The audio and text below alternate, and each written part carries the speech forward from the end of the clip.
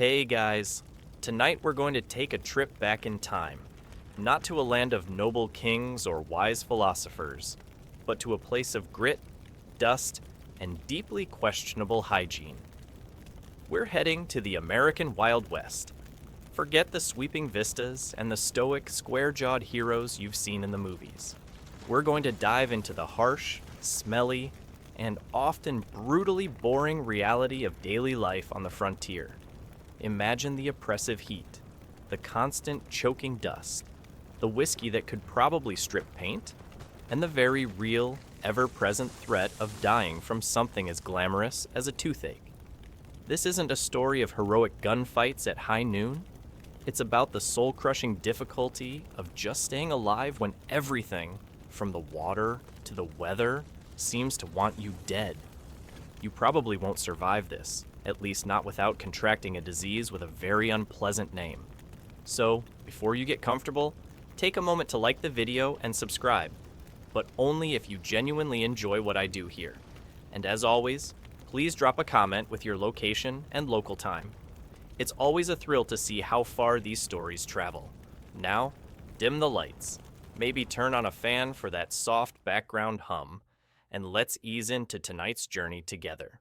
The stagecoach lurches to a final bone-jarring halt, the squeal of its worn brakes the first sound of your new life. For 6 days, you've been cramped inside this rattling wooden box, subsisting on stale biscuits and lukewarm, questionable water. But now, you've arrived. You step down, your legs stiff and unsteady, your Eastern clothes coated in a uniform layer of pale dust. You're here to make your fortune, to find adventure, to live the dream of the great American frontier. And as your boots sink into the main street of Prosperity Gulch, that dream immediately dies a quick and dirty death. The first thing that hits you is the smell. It's a physical assault on your senses, a thick, complex bouquet that you can almost taste. It's the smell of unwashed humanity, stale beer, and cheap whiskey wafting from the saloon doors, mingled with the overwhelming odor of the hundreds of horses, mules, and oxen that are the town's engine, and the mountains of waste they produce. There's the sharp tang of the blacksmith's forge, the smell of frying bacon, and underpinning it all, the faint Swedish scent of sickness and decay that seems to cling to the very air. The town's signature scent is a complex blend of unbridled opportunity and unbridled dysentery. The second thing that hits you is the sight. This is no charming frontier town from a picture book. It's a chaotic, ugly scar on the landscape. A single, wide street, flanked by a slapdash collection of unpainted, false-fronted wooden buildings, with canvas tents and crude sod huts filling the gaps. The street itself is not paved. In the dry season, it's a foot-deep powder of fine, choking dust, a quirky but omnipresent feature of western towns. This dust, a mix of soil, pulverized manure, and garbage, gets into your eyes, your lungs, your food, and your soul. In the wet season, this same street becomes a treacherous, boot-sucking bog of thick brown mud, dotted with discarded junk and animal carcasses.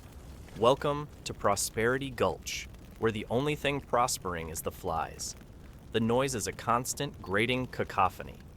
There's the rhythmic clang of a blacksmith's hammer, the frantic, out-of-tune plinking of 2 different pianos from 2 different saloons competing with each other, the shouting of mule skinners, the braying of donkeys, the barking of dogs, and the low, constant hum of voices speaking a dozen different languages. English, German, Chinese, Spanish. The whole world has come here, it seems, drawn by the promise of gold or land, or just a chance to escape a worse life back home. They all look as weary and as dusty as you feel. You were expecting John Wayne to greet you. Instead, you're greeted by a grizzled man spitting a stream of brown tobacco juice a little too close to your new boots. This is the reality of the boomtowns that sprang up during the Great Westward expansion. This era, what we think of as the Wild West, was, as a historical fact, a remarkably short and chaotic period, mostly spanning the decades between the end of the American Civil War in 1865 and the official U.S. Census declaration that a contiguous frontier line no longer existed in 1890. Towns like this could appear almost overnight with the news of a gold strike and vanish just as quickly when the mines ran dry. They were temporary, transient, and built with no thought to comfort, sanitation, or permanence. You stand there, a solitary, bewildered figure in your slightly too nice Eastern clothes, feeling utterly out of place. Your romantic notions, fueled by dime novels and sensational newspaper articles, crumble to dust. The majestic wilderness you imagined is a treeless, sun-baked plain. The noble cowboys are wiry, exhausted-looking men who smell profoundly of cattle. The steely-eyed lawman is nowhere to be seen. You came here seeking freedom and adventure. But was it truly your idea? Historians still argue whether the primary motivation for westward expansion was the romantic ideal of manifest destiny and a quest for individual freedom, or if it was driven more by raw economic desperation, the powerful corporate interests of railroads and mining companies, and government policies explicitly designed to displace indigenous populations and claim the land. Looking around at this chaotic, filthy, and profoundly disappointing settlement, you suspect it was mostly the latter. This isn't the start of a grand adventure. It's the start of a very difficult and probably very short struggle for survival, and you haven't even tried the water yet. Your first practical task in Prosperity Gulch is to find a place to sleep, a small patch of reality to call your own amidst the chaos.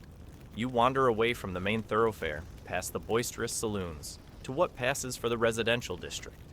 Your search for a room for the night introduces you to the next soul-crushing reality of the West, the horrifyingly unhygienic nature of daily life. This isn't just about dust, it's about a pervasive, inescapable world of filth and the disease that thrives within it.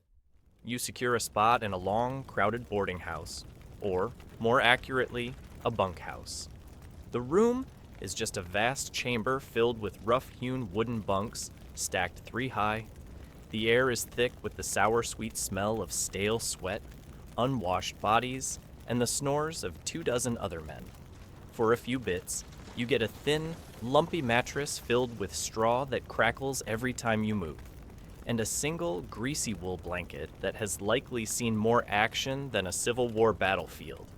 Your new bed also comes with complimentary roommates, a thriving colony of bed bugs and lice. They don't help with the rent.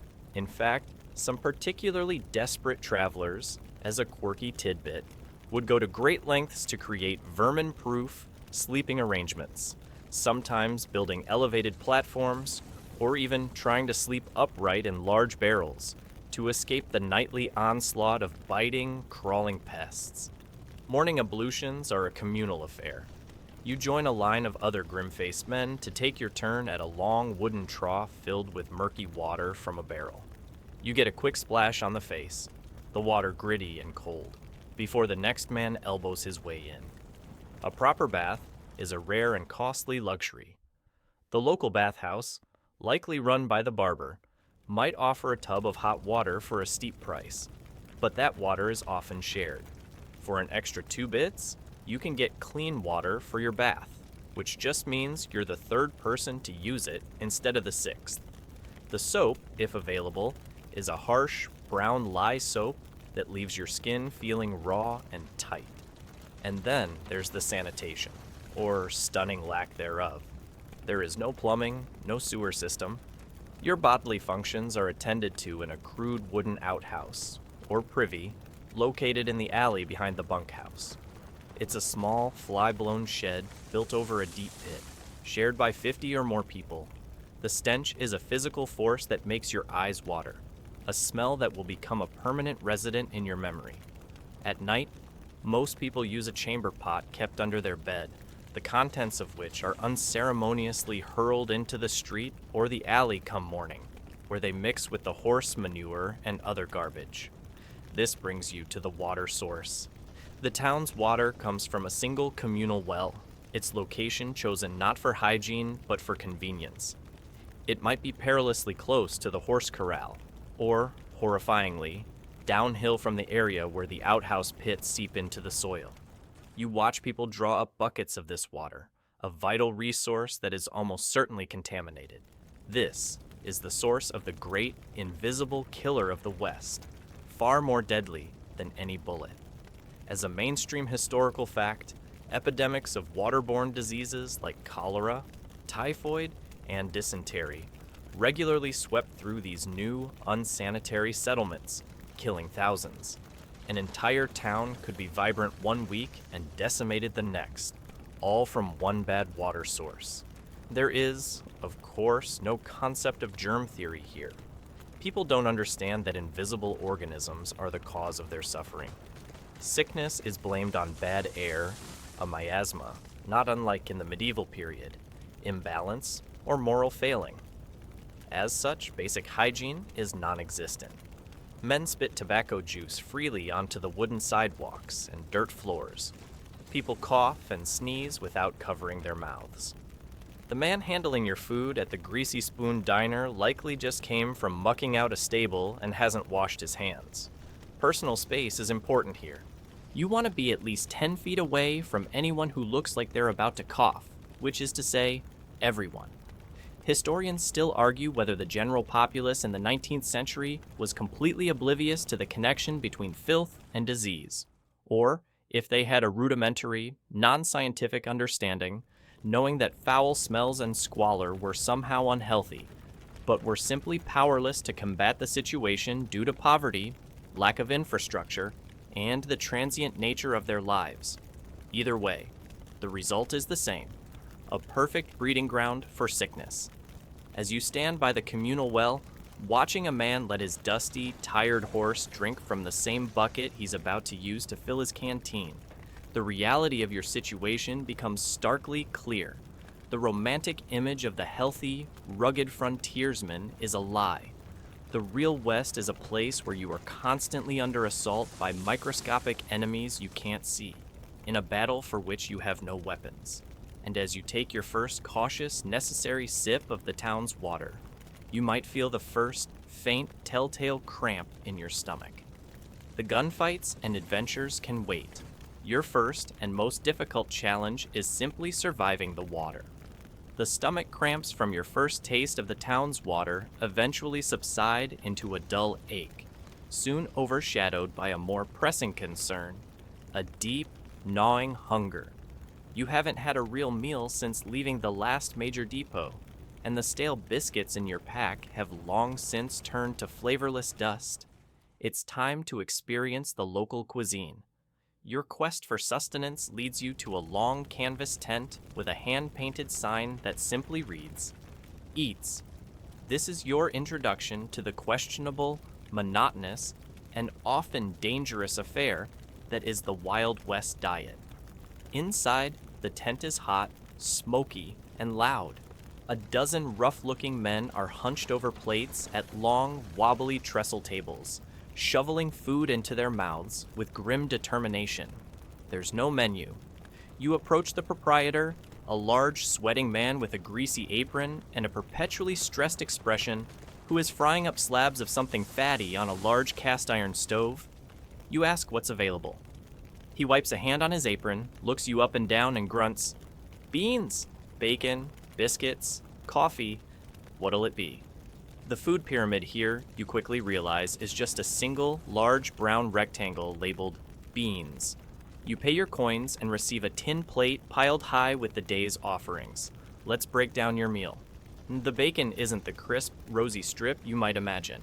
It's salt pork, a cut of fat and meat that has been heavily cured in salt brine for preservation.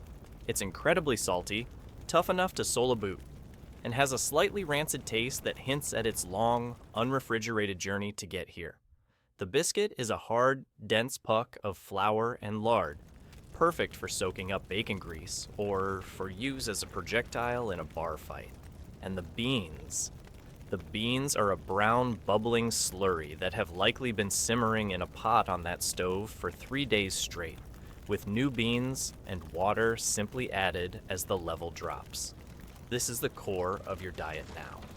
As a mainstream historical fact, The diet of cowboys, miners, and pioneers was famously based on the 3 B's: beans, bacon, salt pork, and bread, biscuits or sourdough. This diet was high in calories for hard labor, but dangerously low in essential nutrients, making diseases like scurvy a common affliction.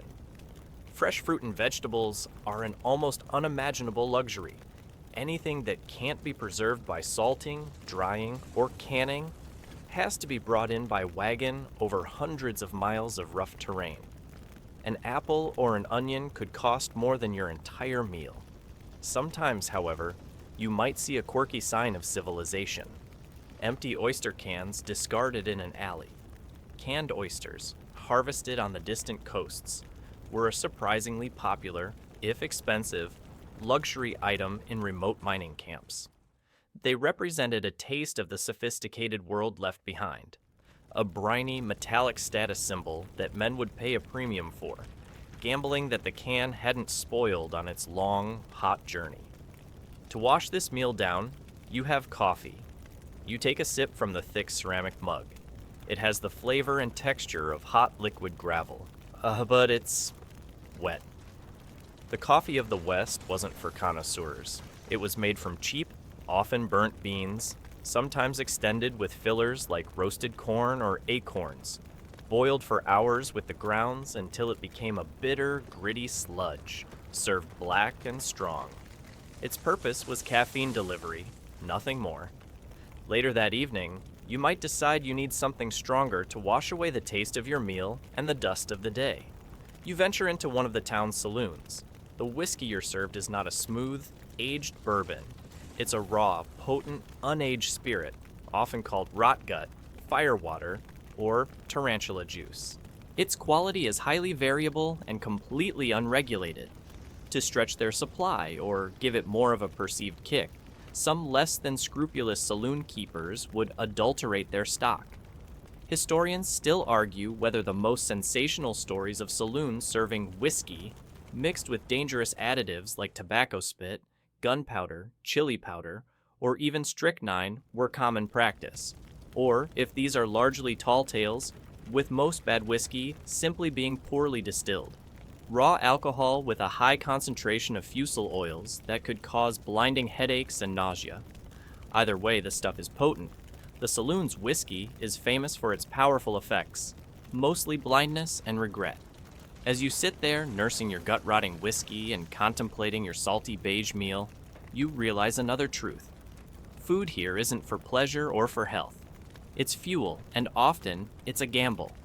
Every meal is a roll of the dice against food poisoning, botulism from a bad can, or the slow creeping sickness of malnutrition.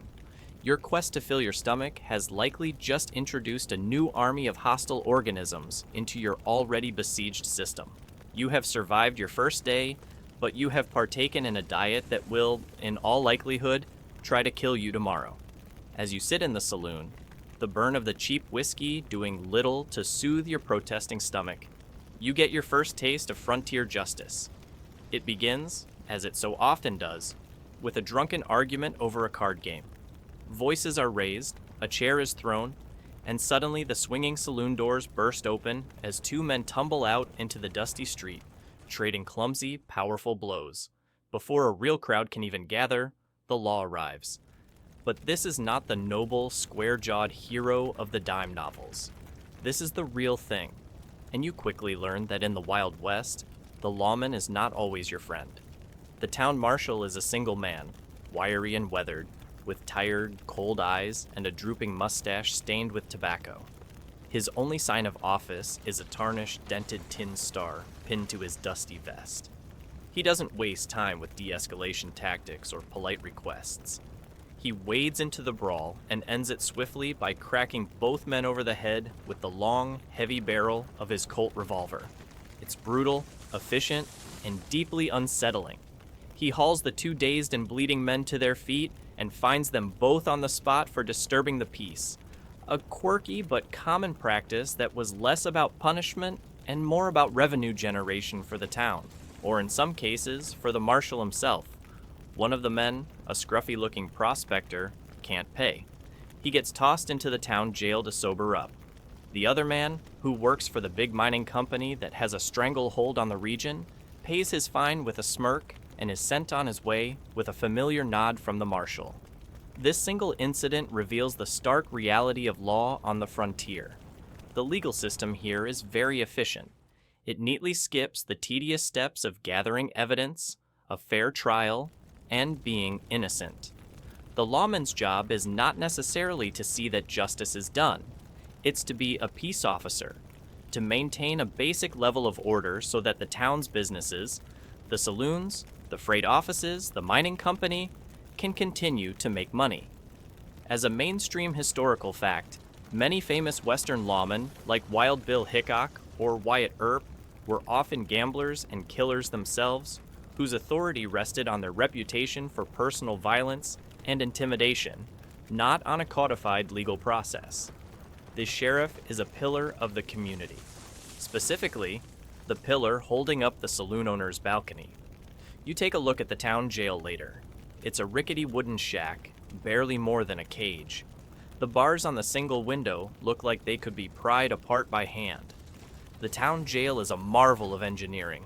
It's strong enough to hold a very tired, cooperative toddler for at least 5 minutes. It's not meant for long-term incarceration. It's a temporary holding pen, a place to let drunks sleep it off before running them out of town. Serious punishment, like for horse theft or murder, rarely involves this jail. It's usually administered at the end of a rope, thrown over a sturdy tree branch. This system is not only brutal, but often corrupt. As a newcomer, a greenhorn with no connections, no money, and no local reputation, you are at the absolute bottom of the legal food chain. The law exists to protect the property and interests of the powerful. If you get into a dispute with a man who works for the railroad or the mining company, you will lose. If you are robbed, you have little recourse unless the person who robbed you is even more insignificant than you are. You are a convenient scapegoat, the perfect person to blame if a crime is committed and the marshal needs to show he's doing his job. Your lack of a history here makes you a blank slate onto which any crime can be written. The very nature of violence in this world is a subject of debate. Historians still argue whether the American West was a uniquely violent place compared to the teeming, poverty-stricken cities of the industrial East at the time, or if the nature of its violence, more personal, sporadic, and less constrained by established institutions, simply made it more memorable and mythologized. To you standing here, it feels dangerously personal. There are no layers of bureaucracy to navigate, just the immediate, arbitrary judgment of one man with a gun and a tin star. And if that one man is seen as too slow, too corrupt, or too weak, there's always the terrifying alternative: vigilante justice. If a crime is deemed heinous enough by the town's leading citizens, a serious theft, a murder that offends their sensibilities, they might form a vigilance committee. This is just a polite term for a lynch mob. They bypass the lawman entirely, dragging the accused from his room or from the flimsy jail, and conduct a swift, self-appointed trial that always ends with a hanging. It's a raw, terrifying expression of collective will, and it is utterly without appeal. You realize that you are caught in a precarious position. You must avoid drawing attention to yourself at all costs, lest you fall foul of a lawman's temper, a powerful man's influence, or a mob's fury. There is no one to appeal to, no system to protect you. The law is just one more hazard in a world already filled with them. You spend the next few days trying to master the art of being invisible, of blending into the dusty, chaotic backdrop of Prosperity Gulch. You keep your head down, your mouth shut, and your eyes open. You're learning to watch out for the town marshal, to recognize the signs of a drunken argument about to spill out of a saloon, and to give a wide berth to anyone who looks like they have nothing to lose. You think you're learning the rules of survival here, but you're watching for the wrong threats. You soon discover that the romantic dangers of the West are a fiction. It's the constant, mundane, and boring dangers that are far more likely to get you killed. Gunfights, you learn, are the least of your worries. Your first lesson comes as you attempt to cross the main street. The main rule of crossing the street is don't. The second rule is, if you must, make peace with your maker first. The street is a churning river of movement. A team of 6 nervous-looking mules pulling a massive freight wagon suddenly spooks at the sight of a dog darting out from an alley. The driver shouts and curses, pulling on the reins, but he has little control. The wagon lurches sideways, its huge iron-rimmed wheels crushing a discarded crate with a sound like splintering bone. You leap back onto the wooden boardwalk just in time, your heart hammering. Being run over by a poorly braked multi-ton wagon is a common and spectacularly gruesome way to die. Then there are the animals themselves. The town is powered by hoof and muscle, and the streets are teeming with horses, mules, and oxen. These are not gentle, friendly creatures. They are overworked, often mistreated, and can be unpredictable. You learn to give every horse a wide berth, especially the ones that look like they're contemplating the futility of existence. Those are the kickers. A sudden kick from a startled horse or a defensive mule can shatter your leg, break your ribs, or crush your skull. In a world without proper medical care, a compound fracture is a slow, agonizing death sentence. Being trampled by a stampeding herd of cattle being driven through town is another possibility. The cowboys might be skilled, but controlling hundreds of panicked, 1,000-pound animals is an inexact science. But the most pervasive and terrifying mundane danger is fire. You look around at Prosperity Gulch and realize it's not a town. It's a tinderbox. Every structure is built from dry, unpainted pine, with canvas tents and lean-tos filling the gaps. Heating comes from wood-burning stoves with rickety stovepipes, and light comes from open-flame candles and kerosene lamps. A single stray spark from a chimney, a lamp knocked over in a drunken saloon brawl, or a carelessly discarded cigar could ignite a blaze that would consume the entire settlement in under an hour. The town's fire department consists of a dozen leaky buckets and a guy named Jed who shouts a lot. It's more of a morale-boosting exercise. As a mainstream historical fact, catastrophic fires were a constant dread in 19th century America. Volunteer bucket brigades were the only defense, a hopelessly inadequate measure against a major fire. They would form a line from the nearest water source, that same contaminated well you've been nervously drinking from, and pass buckets hand to hand. It was a valiant, but often futile effort. Your flimsy bunkhouse would go up like a torch in seconds, and your only hope would be to outrun the flames. The dangers of a technologically primitive world are everywhere. In a boomtown, construction is constant and completely unregulated. Timbers can fall from half-finished buildings. If it's a mining town, you face the risk of poorly braced mine shafts collapsing or accidents with explosives. Even the era's cutting-edge technology was hazardous. On the vast wheat farms of the plains, a quirky but notoriously dangerous piece of equipment was the header, an early type of combine harvester. These machines were prone to throwing sparks that could ignite the dry wheat fields, and their exposed gears and blades were responsible for countless horrific injuries. You start to realize that survival here is a matter of constant low-level vigilance. You are living in a world with no safety regulations, no emergency services, no concept of risk management. Historians still argue whether the high tolerance for daily, mundane risk in the 19th century was due to a different cultural perception of safety and fate, a kind of stoic acceptance of danger, or simply the unavoidable result of a technologically primitive and unregulated environment where life was inherently cheap. Standing on the boardwalk, having narrowly avoided being crushed by a wagon, you watch a man on a nearby roof carelessly hammering down new shingles, his tools perched precariously close to the edge. You see the gust of wind that could send a hammer plummeting into the crowd below. You see the open flame of the blacksmith's forge, just feet from a pile of dry hay. You see the exhausted, overworked mule that looks ready to snap. The famous gunfight at high noon is a statistical improbability. The chance of dying because a tired horse stumbled, a kerosene lamp tipped over, or you simply didn't look both ways before crossing the street is a near certainty. The inevitable finally happens.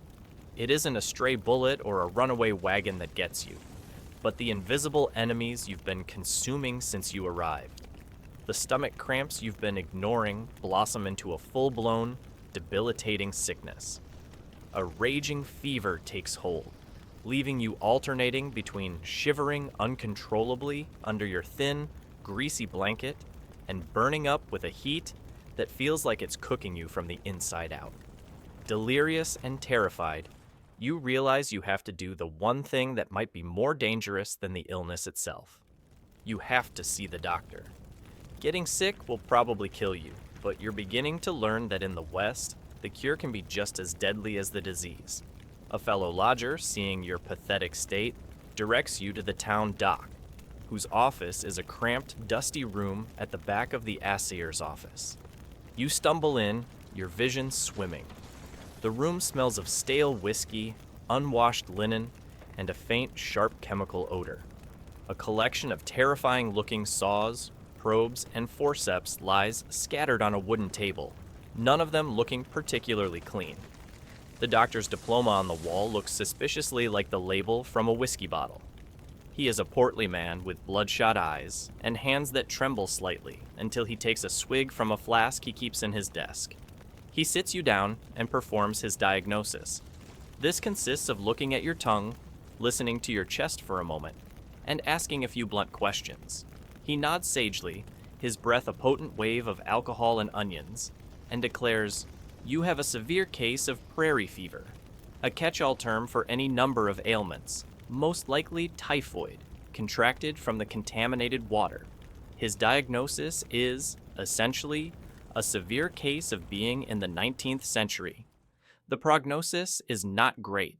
His course of treatment is what was known as heroic medicine, the goal of which was to aggressively force the body back into balance with treatments that were often more traumatic than the disease. First, he decides you need a thorough cleansing.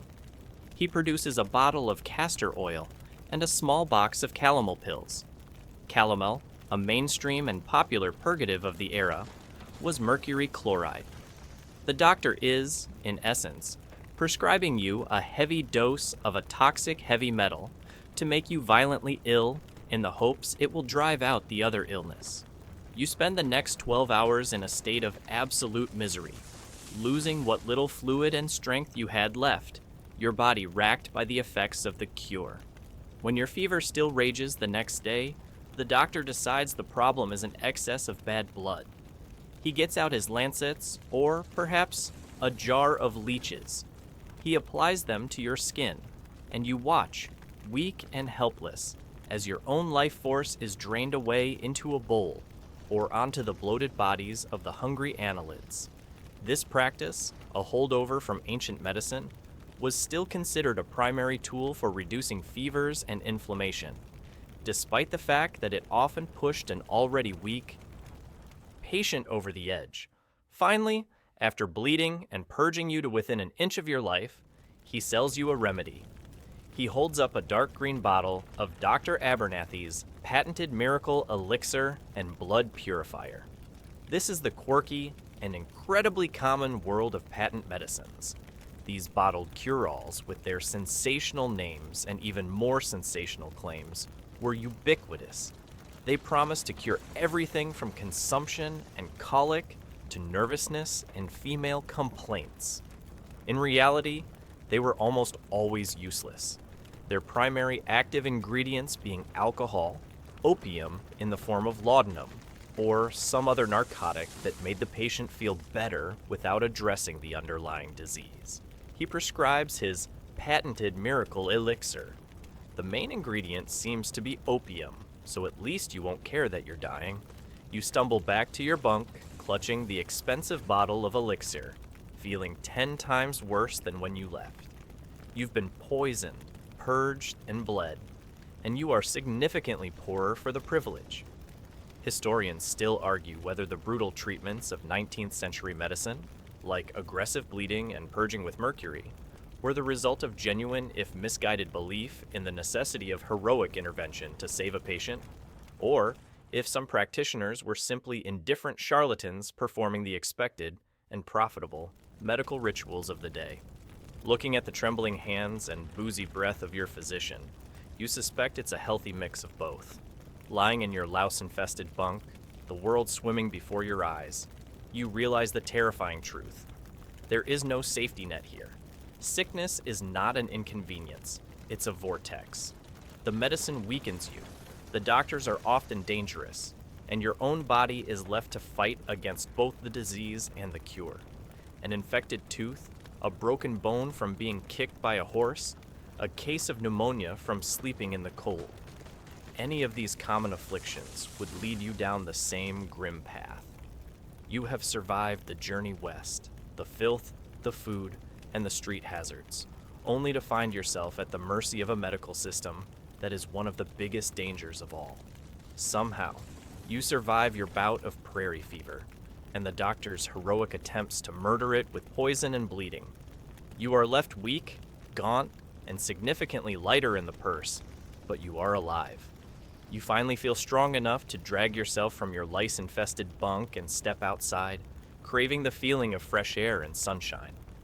What you get instead is your next lesson in why you wouldn't survive the West. The weather.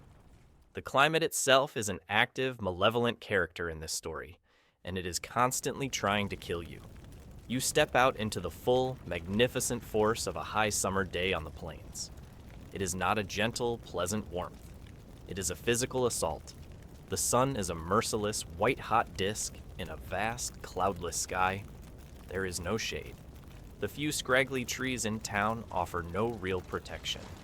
The heat radiates up from the packed earth of the street, shimmering invisible waves that distort the air. There are two seasons here, hot enough to fry an egg on a rock and hot enough to melt the rock. Within minutes, your skin feels tight and burned, and the sweat that springs to your brow seems to evaporate instantly in the parched, dry air. Sunstroke and heat exhaustion are common, deadly killers, felling men who work too long in the open fields or who run out of water on a short journey. And the heat is only one side of this brutal coin. Your first winter will introduce you to its opposite. The cold on the frontier is not a cozy, picturesque affair with sleigh bells and hot cocoa. It is a savage, predatory force. The most terrifying phenomenon is the Blue Norther, a blizzard that can roar down the plains with shocking, almost supernatural speed. The sky can be clear one moment, and an hour later, the temperature can have plummeted by 50 degrees as a wall of impenetrable, driving snow and howling wind engulfs the landscape.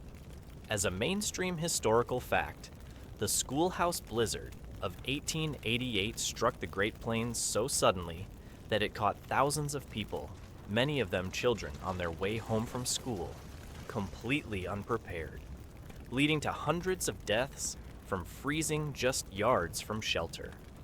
The local winter fashion is every single piece of clothing you own, plus a look of profound regret. Your flimsy bunkhouse, with its uninsulated walls and drafty windows, offers little more than a psychological barrier against a cold that can, and does, kill. The cycles of wet and dry are just as extreme. You might live through a year-long drought that turns the streams to cracked mud and the grass to tinder. The dust you cursed upon your arrival becomes a constant, choking plague, settling inches deep on everything, a gritty memorial to a land starved of water. And this drought can be broken by a season of biblical-scale deluges. The baked, hard earth cannot absorb the sudden, torrential rains, leading to terrifying flash floods that can turn a dry gulch into a raging river in minutes, washing away wagons, livestock, and even entire sections of town. And if the floods, droughts, heat, and blizzards weren't enough, there are other atmospheric horrors. The thunderstorms are on a different scale from anything you've known back east. The sky turns a bruised, greenish-black, and lightning spiders across the horizon, striking the flat, open ground with terrifying frequency. Hailstorms can drop ice stones large enough to kill a calf or smash through a roof. And on the vast, open plains, you have the threat of tornadoes, a twisting, roaring finger of God that can obliterate anything in its path. The weather forecast is easy. It's either going to be too hot, too cold, too wet, too dry, or possibly locusts. Sometimes all on the same Tuesday. Yes, locusts. As a quirky and terrifying tidbit of Western life, some years brought biblical scale plagues of grasshoppers. These were not just a few stray insects. They were swarms so vast they would blot out the sun for hours, their collective buzzing a deafening roar. They would descend upon the land and devour everything. Every crop in the field, every leaf on a tree, every blade of grass, sometimes even the clothes off a clothesline or the wooden handles of tools. For a farming community, it was an absolute hope-destroying apocalypse that could bring on widespread famine. You stand in the oppressive heat, looking up at the vast, empty sky, and you feel profoundly small and vulnerable. Historians still argue whether the stark, expansive, and often brutal landscape of the American West fostered a spirit of rugged individualism and resilience in its settlers, or if it contributed to widespread anxiety, depression, and a pervasive sense of human insignificance in the face of such overwhelming natural forces. Right now, it mostly fosters a desperate desire for a basement to hide in. You are at the complete mercy of this environment. There are no reliable forecasts, no emergency alerts, no climate-controlled shelters. Your survival depends on your ability to read the sky, to respect the sudden changes, and on sheer dumb luck.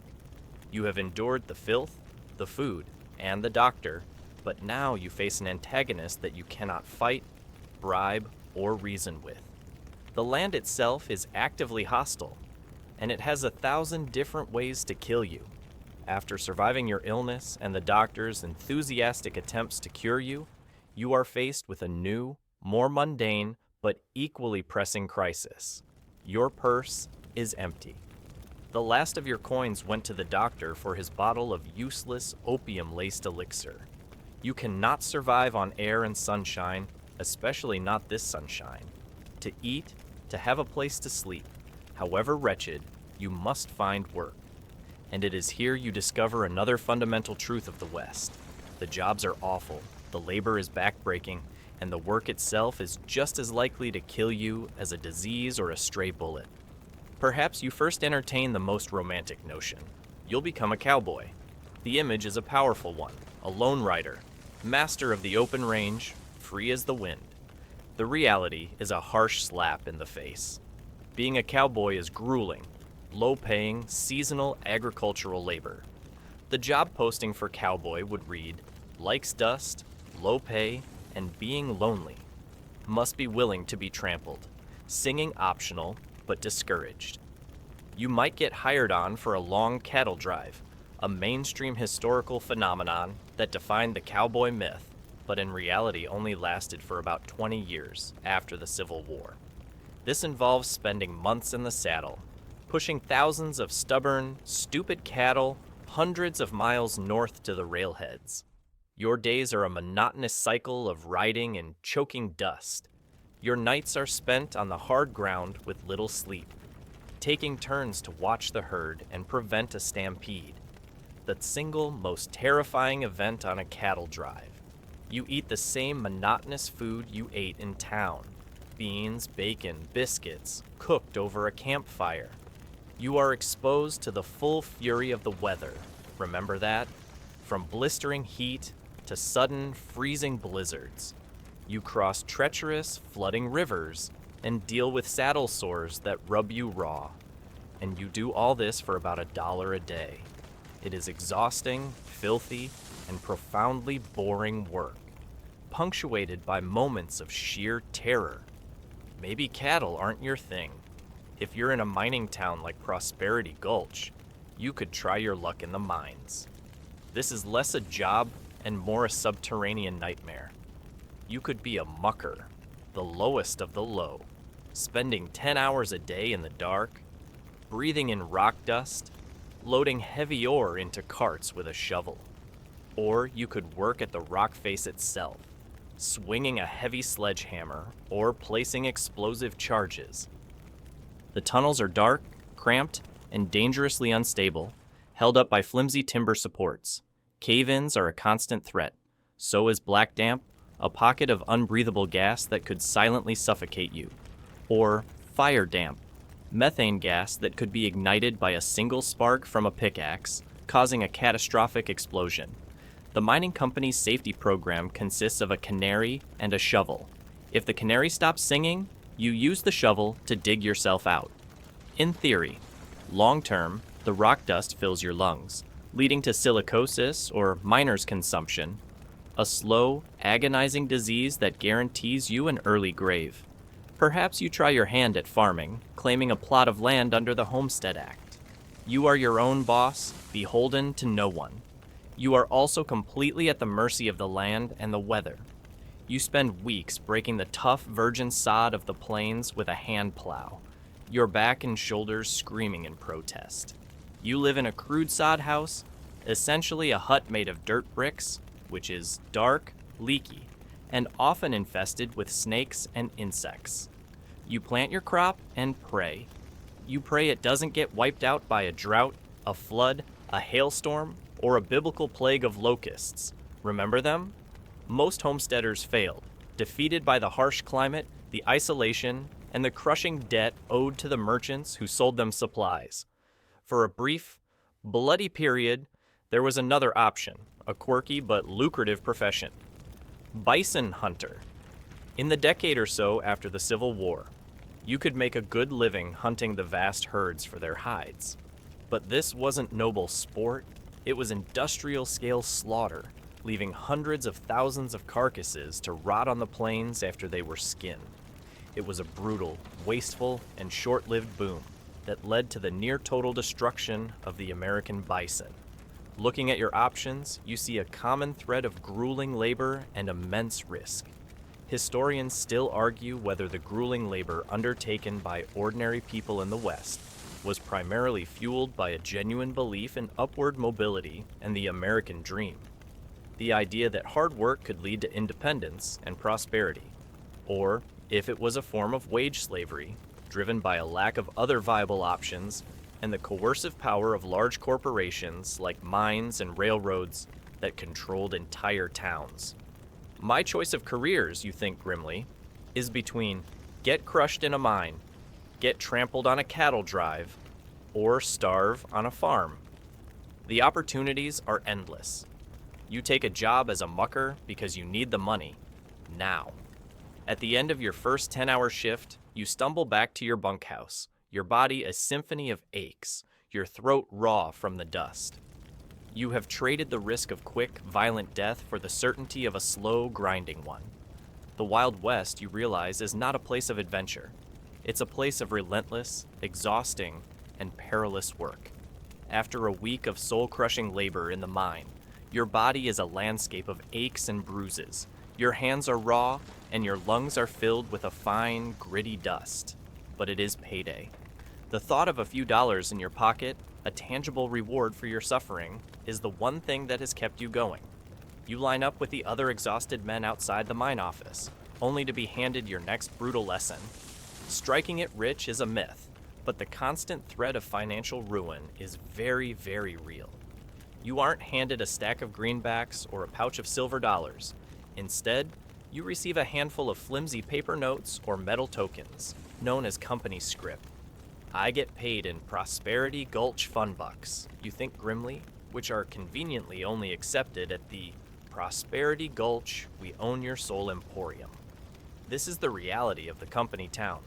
The mining company pays you in their own private currency, which you can only spend at the one store in town that matters, the company store. This is not a matter of convenience. It's a system of control. You trudge over to the company store to buy your week's provisions. It's a large, well-stocked building, but there's no competition. They have a monopoly, and they know it. You look at the prices, and your heart sinks. A slab of that same tough salt pork you've come to loathe costs twice what it would back east. The tools you need for your job, a new shovel head, a sturdy pair of gloves, are sold at a staggering markup. The company store sells shovels for 3 times the normal price. It's a great business model. Sell a man a shovel to dig a hole, while digging him into one. You buy your meager supplies of beans, flour, and coffee, and watch as the clerk, with a practiced air of indifference, takes back almost every piece of scrip you just earned. This system of scrip and the company store was a mainstream historical practice in many 19th century industrial and mining towns, a form of debt peonage designed to keep workers tied to their employer. You are trapped. The company pays you just enough to survive, but only if you buy your survival directly from them, ensuring that you'll never save enough to leave. My long-term financial strategy, you realize, has shifted from strike it rich to try not to owe the company money for the privilege of dying in their mine. Even for those not caught in the scrip trap, the economy of the West is a precarious gamble. The entire existence of Prosperity Gulch is based on the silver being pulled from the mountain. If that vein runs dry, or if a rumor of a bigger, richer strike starts a rush to a different territory, this town will die overnight.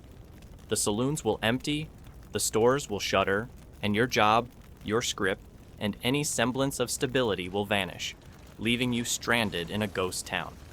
This boom and bust cycle is the defining rhythm of the frontier economy.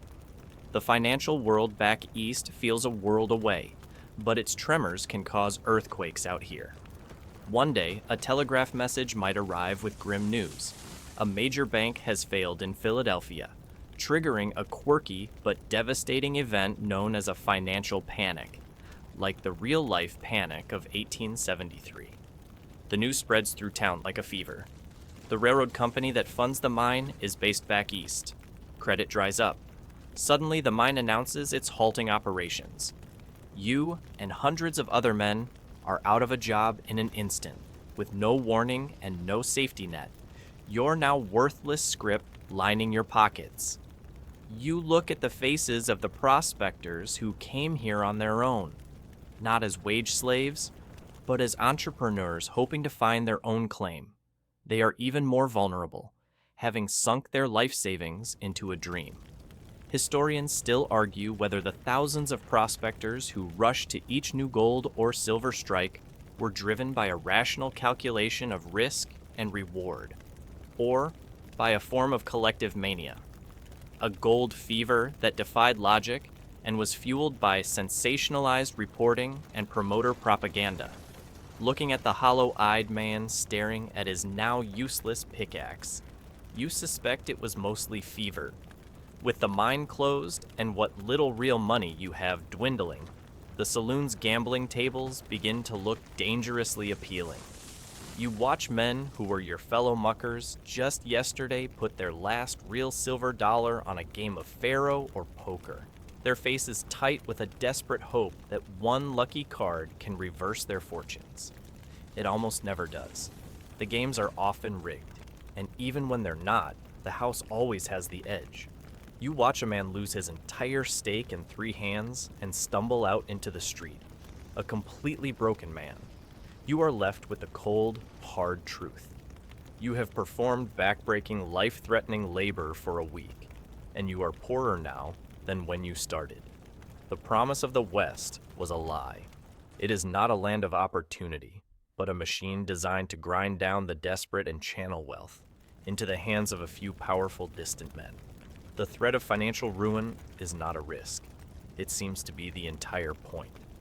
The financial panic that has shuttered the mine hangs over Prosperity Gulch like a shroud. The town is thick with desperate, unemployed men with nothing to do but drink, gamble away their last few coins, and nurse their grievances. The tension is palpable, a low hum of anxiety that feels like it could spark into violence at any moment. It is in this atmosphere of simmering desperation that you finally get to witness the most iconic and misunderstood event of the Old West, the gunfight. And you learn very quickly that the reality of a shootout is a clumsy, undignified, and profoundly stupid affair. It doesn't start at high noon. It starts in the late afternoon in a saloon, over a spilled drink and a perceived insult. 2 men, both recently laid off from the mine and deep into their cups, are shouting at each other. Their anger, fueled by cheap whiskey and hopeless frustration, boils over. They stumble out into the dusty main street, yelling threats, each daring the other to draw. This is not a duel between two stoic, steely-eyed gunmen. It's a pathetic, drunken shouting match that is about to escalate into something deadly. They stand opposite each other, maybe 20 paces apart, a distance at which the heavy Colt revolvers they carry are wildly inaccurate for all but the most skilled marksmen. And these men are not skilled marksmen. They are angry, drunk, and terrified. There is no noble code, no one waiting for the other to make the first move. One of them, in a fit of panicked rage, fumbles for the pistol tucked into his belt. The other man, seeing the movement, does the same. The two men draw their guns. Their strategy appears to be close your eyes, shoot wildly, and make a lot of noise. It's a bold plan. The first shots are deafening, a series of thunderous booms that are nothing like the crisp bang from the movies. Black powder firearms produce an immense amount of thick, acrid white smoke. After the first two shots, the space between the men is almost completely obscured by a dense, sulfurous cloud. They are essentially firing blind into a wall of smoke. You, along with every other person on the street with an ounce of sense, have already dived for cover behind a horse trough, a stack of barrels, anywhere that might stop a stray bullet. The shooting is frantic and clumsy. One of the men might even attempt the cinematic trick of fanning the hammer, holding down the trigger and slapping the hammer repeatedly with his other hand to fire a succession of quick shots. This quirky technique, while it looks impressive, makes the revolver almost impossible to aim. A spray of bullets goes wild, hitting nothing but sky and the false front of the general store. After 6 shots each, the only casualties are a saloon window, a water barrel that now leaks profusely, and a sign advertising fine hats. The hat deserved it, frankly. The historical reality of most Western shootouts, including famous ones like the gunfight at the OK Corral, was not a long, drawn-out duel. They were typically chaotic, close range, and incredibly brief affairs, often lasting less than a minute, involving multiple people firing at once in a confusing, smoky melee. The idea of 2 men facing off in the middle of the street by appointment is almost entirely a myth, a romantic fiction created by dime novelists and, later, Hollywood. Eventually, the frantic clicking of empty chambers replaces the sound of gunfire. The smoke begins to clear, revealing a scene not of heroism, but of pathetic, anticlimactic failure. One man stands there, trembling, his gun empty. The other man is on the ground, but he's not dead. He's clutching his stomach, moaning in agony. A single lucky or unlucky bullet has found its mark. It's not a clean kill. It's a gut shot, a horrific wound that will mean a slow, agonizing death from internal bleeding or, more likely, peritonitis and infection over the next few days. You remember the town doctor and his methods, and you know the man's fate is sealed. The marshal arrives looking more annoyed than anything else, and surveys the damage. The victorious gunman, now sobered by the reality of what he's done, is arrested without a fight. The wounded man is carried off to the doctor to begin his final, agonizing ordeal. It's just like in the dime novels, you think with a grim sarcasm, except with more screaming, terrible aim, and a distinct lack of heroic theme music. You look at the scene, the shattered window, the scared faces peeking out from doorways, the dark spreading stain in the dust where the man fell, and you realize the truth. These men weren't gunfighters. They were just desperate, angry people with access to deadly, inaccurate weapons. Historians still argue whether the gunfighter as a distinct profession or social type ever really existed, or if the men who gained reputations for their skill with a gun were simply violent individuals, lawmen, outlaws, or gamblers, who happened to live in a time and place where carrying a weapon was common and disputes were often settled personally. What you've just witnessed wasn't a legend being born. It was a tragedy born of whiskey, poverty and stupidity. The pathetic, smoky aftermath of the saloon gunfight leaves a sour taste in your mouth. That brief, clumsy explosion of violence seemed so pointless. But soon, you are confronted with the reality of a much larger, more organized, and far more tragic conflict that underpins your entire existence here. You came to the West seeking opportunity on what you were told was an empty frontier, a free land for the taking. You are about to learn, in stark and brutal terms, that this frontier was not empty at all. It was stolen, and you are living on the front lines of a bitter, undeclared war. One afternoon, a troop of U.S. cavalry rides into town. They are not the dashing, clean uniformed heroes from the recruitment posters. They are gaunt, exhausted men, their blue coats caked with dust and stained with sweat.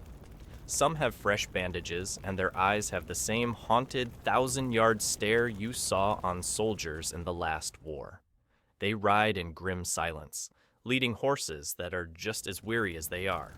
Later, the official story might come through on the telegraph wire, or be printed in a sensational pamphlet. According to the newspapers, it was a heroic battle against savage hostiles. According to the soldiers' faces, it was something else entirely. This is your window into the violent, decades-long conflicts known as the American Indian Wars. As a mainstream historical fact, the period of westward expansion after the Civil War was characterized by a federal policy of forcing the indigenous peoples of the Great Plains and the West, the Lakota, Cheyenne, Apache, Comanche, and many others, off their ancestral lands and onto designated restricts areas called reservations. This was done to clear the way for railroads, mining interests, and homesteaders like you. It was a policy that was, by its very nature, enforced with violence. You see the fear this conflict creates among your fellow settlers. You might ride out of town a few miles and see the blackened, smoldering ruins of a homesteader's cabin, a grim testament to a raid. The settlers, isolated and vulnerable, live in a state of constant low-grade terror, a fear that is often fanned into hysteria by exaggerated accounts of atrocities. This fear hardens their hearts and fuels a desire for brutal retribution. They see the native tribes not as people defending their homes, but as a savage, inhuman obstacle to progress. Progress, it seems, is measured in how much land you can take and how many treaties you can break. But then you witness the other side of the equation, the result of the government's progress. One day, you see a group of native people being escorted by soldiers to the newly established reservation a day's ride from your town. They are not proud warriors on horseback. They are a defeated, demoralized people. Men, women, and children. Wrapped in thin blankets, their faces etched with hunger and despair. They are being herded like cattle towards a life of dependency and poverty on a piece of land that is often infertile and unable to support them. You hear stories about the reservations, about the Indian agents, the quirky title for the government officials in charge. These agents were supposed to distribute food, blankets, and money promised by treaty. But the system was notoriously corrupt. Many agents were political appointees who stole the supplies meant for the tribes, selling the food and goods for their own profit while the people under their care starved. The peace treaty negotiations are going well, you think, with bitter sarcasm. One side offers peace, and the other side offers them a smaller, worse piece of land to die on. The starvation and desperation caused by these corrupt agents was often the direct cause of the very uprisings the army was sent to crush. This entire tragic cycle forces you to confront the moral ambiguity of your own presence here. You came for a piece of the dream, but the dream is being built on a foundation of conquest and cultural destruction. Historians still argue whether the U.S. government's policies towards Native Americans in the late 19th century were a tragically flawed but good faith attempt at assimilation into American society, or if they constituted a deliberate policy of cultural genocide designed to eliminate indigenous society as a barrier to national expansion. Watching a column of hungry, displaced people trudge past, guarded by the same weary soldiers you saw last week. It's hard to see much good faith in the equation. The romantic myth of the West, with its clear heroes and villains, dissolves completely. You realize the story is a messy, brutal tragedy with few clean hands. The violence here isn't just the occasional clumsy shootout between two drunks in the street. It's a systemic, ongoing war over the land itself, a conflict far deadlier and more consequential than any saloon brawl. Your own struggles for survival, the bad food, the diseases, the backbreaking labor, now seem like a trivial sideshow to the much larger, violent drama unfolding all around you. You are not a pioneer in an empty land. You are a settler on a battlefield. The grim knowledge of the frontier's brutal, ongoing wars settles into your consciousness, adding a new layer of dread to your already burdened existence. After a long, back-breaking shift at the mine, your body aches and your spirit feels as ground down as the rock you've been hauling. You crave distraction, a moment of levity, a human connection, anything to escape the grim realities of your life. And in Prosperity Gulch, like almost every other town in the West, there is only one place to find that: the saloon. It is here you learn another hard lesson. Entertainment in the Wild West is not a joyous escape. It is lonely, monotonous, and very, very rough. You push through the swinging doors, stepping from the dusty street into a haze of smoke and the familiar smell of stale beer, cheap whiskey, and unwashed men. The saloon is the town's social heart, its central nervous system. As a mainstream historical fact, these establishments were far more than just bars. They often served as the post office, the courthouse, a place for business deals, and the only public gathering spot available. For a lonely man on the frontier, it was the only alternative to sitting alone in a miserable bunkhouse. The saloon's motto, you imagine, is, "Come for the whiskey, stay because you've lost the will to move." The reality of the place, however, is a far cry from the cinematic fantasy of lively parties and rollicking good times. For the most part, it is deeply, profoundly boring. The large, smoky room is filled with... They aren't engaged in witty banter or joyful camaraderie. They are hunched over the long, sticky bar or slumped at rough-hewn tables, drinking silently and staring into the middle distance. The dominant mood is one of quiet, weary escapism. In the corner, a piano player, if the saloon is prosperous enough to have one, dutifully plinks out a tune. The piano itself is out of tune, and the man playing it looks even more tired than you do. The piano player knows 3 songs, one sad, one angry, and one that sounds like both at the same time. He plays them with the enthusiasm of a man condemned, a tinny, repetitive soundtrack for the collective loneliness of the room. The entertainment options are starkly limited. The first is drinking, the consumption of that same rot-gut whiskey that pickles the guts and fogs the mind. The second is gambling. A faro game might be running in one corner, the dealer a slick, quiet man who never seems to lose. Or a poker game might be underway, the player's faces grim and unreadable, the stakes often a man's entire weekly wage. You watch as a miner, his face streaked with grime, loses his last dollar on a bad hand and stumbles away from the table, his expression utterly vacant. This isn't fun. It's a tense, desperate ritual of financial self-destruction. Then there are the saloon girls, or soiled doves. They are not the glamorous, witty madams with hearts of gold from the stories. They are, almost without exception, desperate women who have been trapped by poverty, misfortune, or coercion into a dangerous and exploitative life. They wear dresses that are a little too bright, their smiles a little too fixed. They laugh at the clumsy jokes of drunken men and endure their rough advances because their livelihood depends on it. They face a constant threat of violence and a near certainty of contracting diseases for which there is no cure. Their forced cheerfulness is perhaps the most depressing thing in the entire room. In some larger towns, you might find a variation on this theme, a quirky establishment known as a hurdy-gurdy house. Here, a group of young women, often German immigrants, would provide dancing partners for the lonely men. For $1, you could buy a ticket for a dance and a drink for the girl.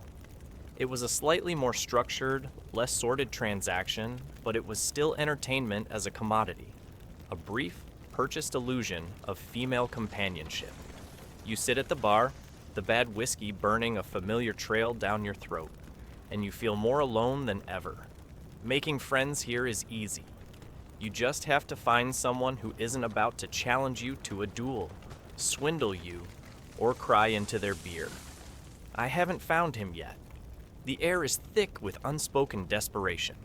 Historians still argue whether the notoriously high rates of alcohol consumption on the frontier were a symptom of the crushing social isolation, the grueling labor, and the sheer lack of other recreational opportunities, or if a hard-drinking, reckless culture was itself a primary cause of the era's instability and violence. Looking around this room full of quiet despair, you suspect the former is closer to the truth. And beneath the boredom, the threat of violence is a constant low hum. The combination of alcohol, firearms, and a culture of prickly masculine pride means that any perceived slight, a spilled drink, an accusation of cheating at cards, a misunderstood glance, can erupt into a sudden, shocking explosion of brutality. The saloon is not a place of fun. It is a lonely, dreary waiting room where exhausted men anesthetize themselves, and it is a tinderbox waiting for a spark. It is not an escape from the harshness of your life, it's just a different, more crowded version of it. The crushing boredom and low-level dread of saloon life eventually become intolerable. With the mines still closed and no prospect of work, Prosperity Gulch is a dying town, full of hungry men with bad tempers. You decide it's time to move on, to seek your fortune in the next town over, which rumor insists is booming. You scrape together your last few dollars, buy a ticket for the stagecoach, and prepare for the next hard lesson of the West. Getting from one place to another is a miserable, risky, and bone-jarring ordeal. You might imagine a lone, heroic ride across a majestic landscape, the wind in your hair. The reality is you're crammed back into the same kind of wooden box that brought you here. The stagecoach's advanced suspension system consists of a wheel and another wheel.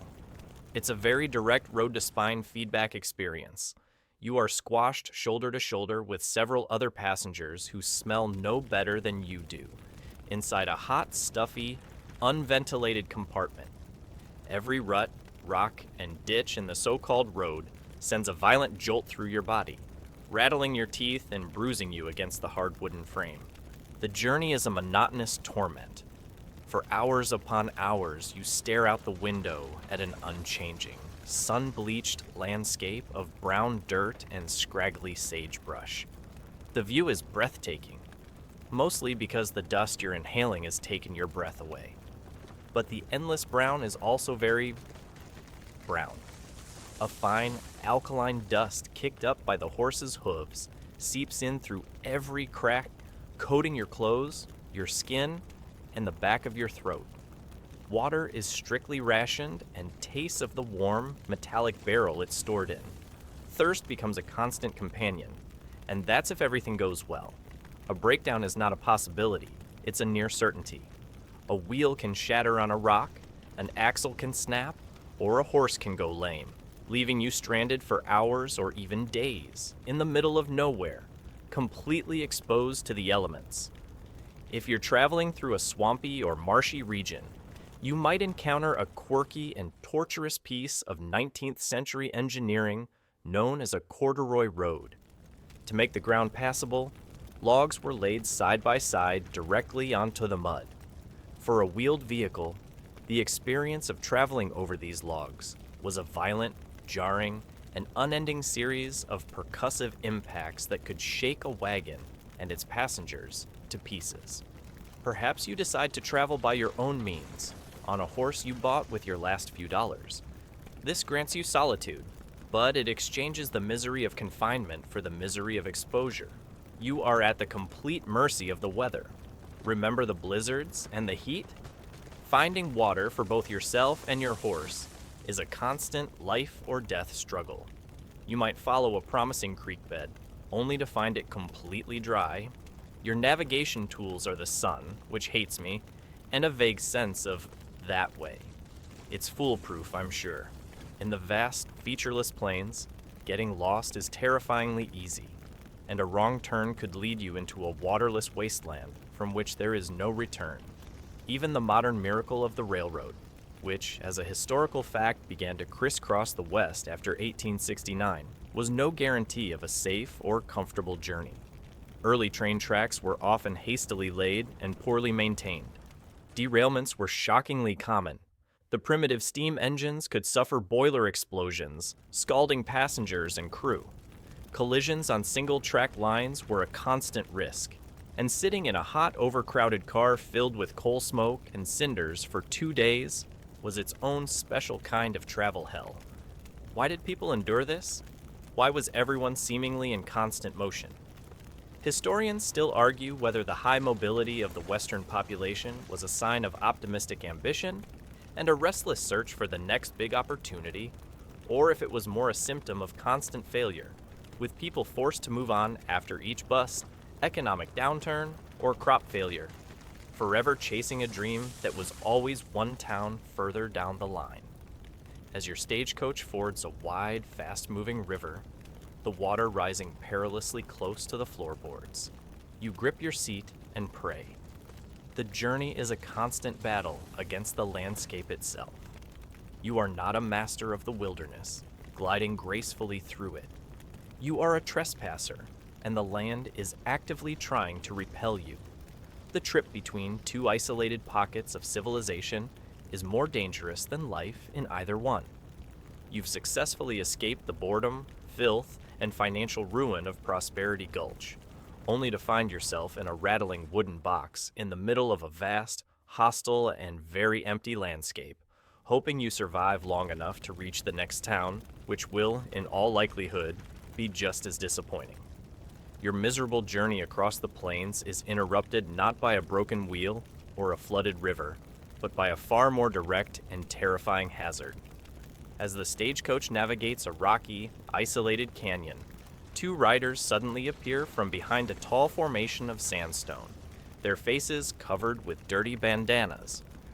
The romantic notion of the charming, gentleman outlaw is another myth that dies a swift death. You are about to confront the reality of crime in an untamed land, and you find it is just as brutish, unglamorous, and dangerous as everything else in this world. The lead rider, perched on a mean-looking pinto, levels a large revolver at your driver, who slowly brings the coach to a halt. The masked man politely requests your valuables. The politeness is undercut somewhat by the very large revolver pointed at your face. This isn't a thrilling action sequence, it's a moment of cold, paralyzing fear. The outlaws are not dashing rebels, they are thugs. Their clothes are as dusty as yours, their voices are rough, and their only goal is to take what little you have. They force open the door and order everyone out, their guns never wavering. Their primary target is the iron strongbox bolted to the floor of the coach, which they pry open with a crowbar. But they don't stop there. They move down the line of terrified passengers, forcing everyone to turn out their pockets and hand over their purses, watches, and any decent-looking jewelry. They take your last few dollars, the meager sum you were counting on to start fresh in the next town. They even eye your boots, which are still in better shape than their own, before deciding they're not worth the trouble. Within minutes, it's over. They mount their horses and disappear back into the rocks, leaving you and your fellow passengers stranded, humiliated, and utterly destitute in the middle of nowhere. This is the reality of the Western outlaw. As a mainstream historical fact, while famous, large gangs like the James Younger Gang did exist. The more common threat to the average traveler was the small-time road agent. These were often just pairs or small groups of desperate men who would prey on isolated stagecoaches or lone riders, relying on the element of surprise and the lack of any meaningful law enforcement between settlements. Their careers were usually short and ended violently. Historians still argue whether the most famous Western outlaws, like Billy the Kid or Jesse James, were primarily driven by greed and a sociopathic disregard for human life, or if some were pushed into a life of crime by economic hardship, the social dislocations of the Civil War, or as a form of primitive rebellion against powerful, impersonal entities like banks and railroads.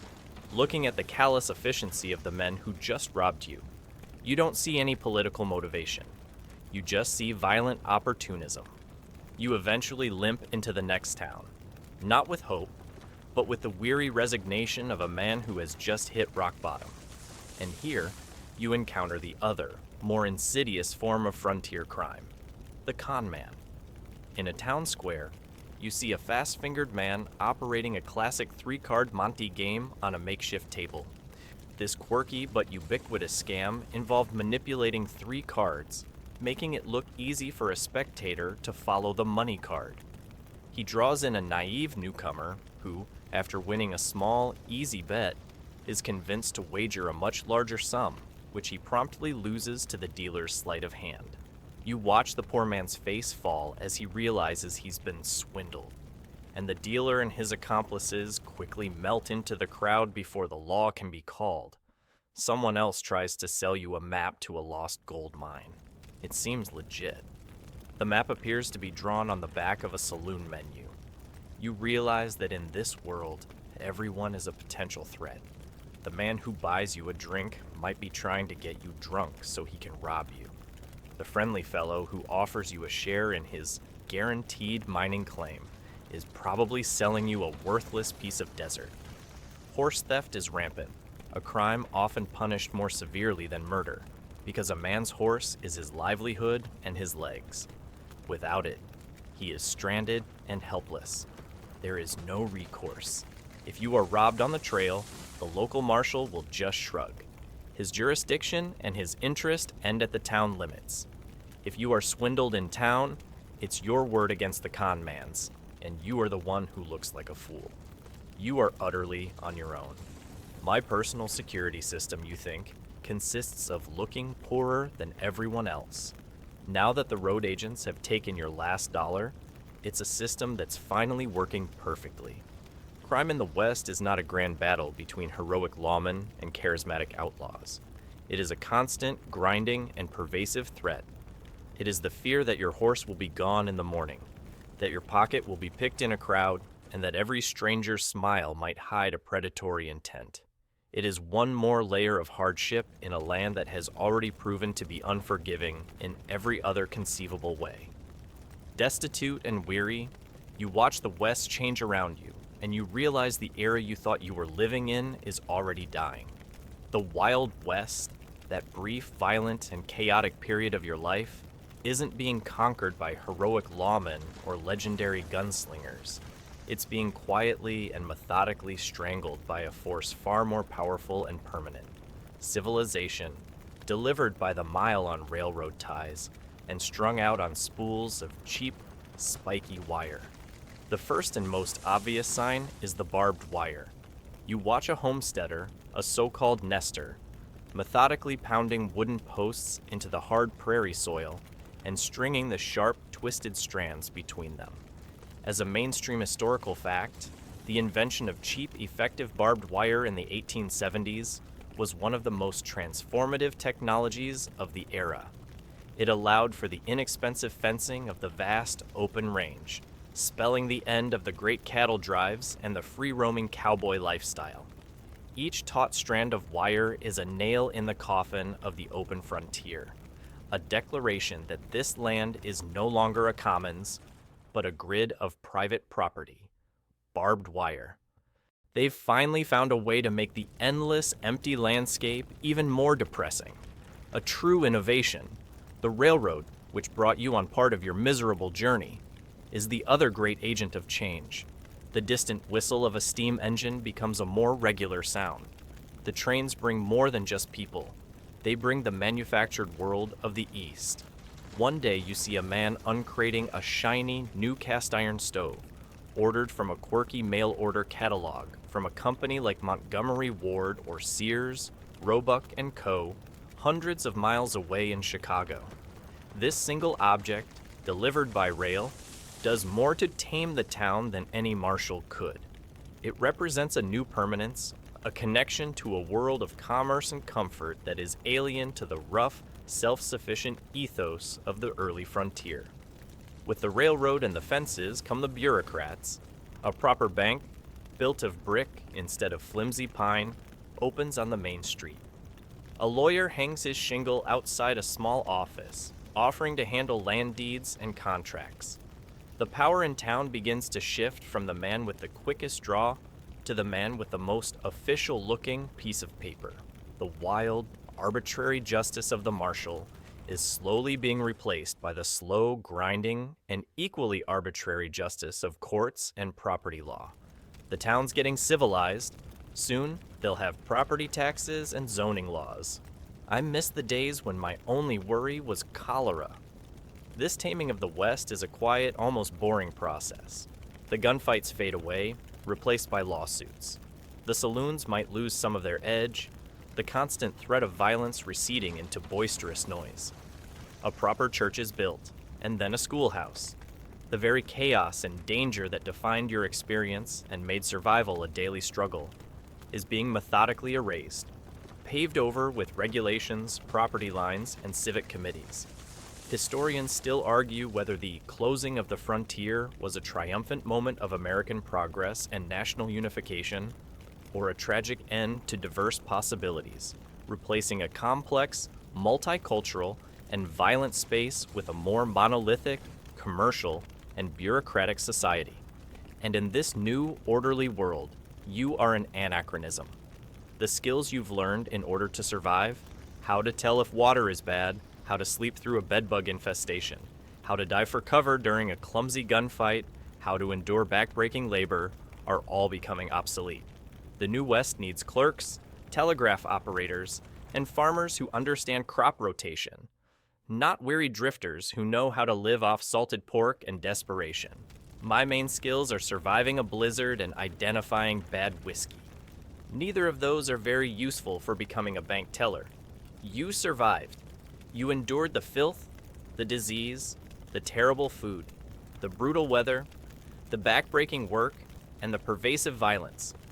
You have stared into the face of the Wild West and lived to tell the tale. But the tale is already over. The frontier has closed, not with a climactic final battle, but with the quiet scratch of a pen in a land office and the metallic scrape of wire being stretched between posts.